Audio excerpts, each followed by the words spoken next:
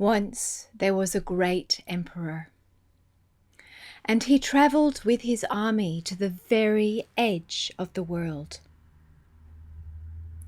And the story doesn't tell us why he was at the very edge of the world, but there he was, just like we are now standing on the edge of the world that we knew. And beyond the edge of the world was the dark country. And it was known that once you entered that dark country, you would not be able to see a thing. Nothing was visible there. And so the emperor, being wise, knew that there was a foal, a mare and foal, amongst his horses. And so he took the foal and he tied it to a tree, knowing that the mare's instincts would allow them to return again, because she would be able to find her way back to her foal. And so, having taken this precaution, the emperor and his soldiers marched into the dark country. And it was just as they had been told. In that place you could not see anything. It was black, black, and black.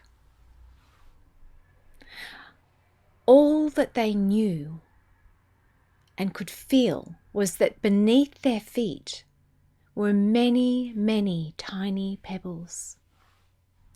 And then, out of the gloom, a voice spoke to them and said, "Those who take any of these pebbles will be sorry, and those who take none will also be sorry." Well, some of the soldiers thought, "Why should I take any if I will be sorry?" While other soldiers thought, "Perhaps I will just take one."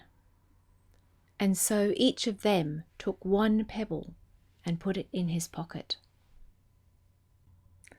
And eventually it came about that the emperor and his army returned from that dark country. And they stepped out once more into the world from which they had come, although perhaps it wasn't quite the same as the world they remembered. And as they looked at the pebbles that some of the soldiers had gathered, they discovered that they were not pebbles at all. They were not ordinary stones. They were, in fact, precious gems. And those soldiers who had not gathered any of these pebbles were sorry.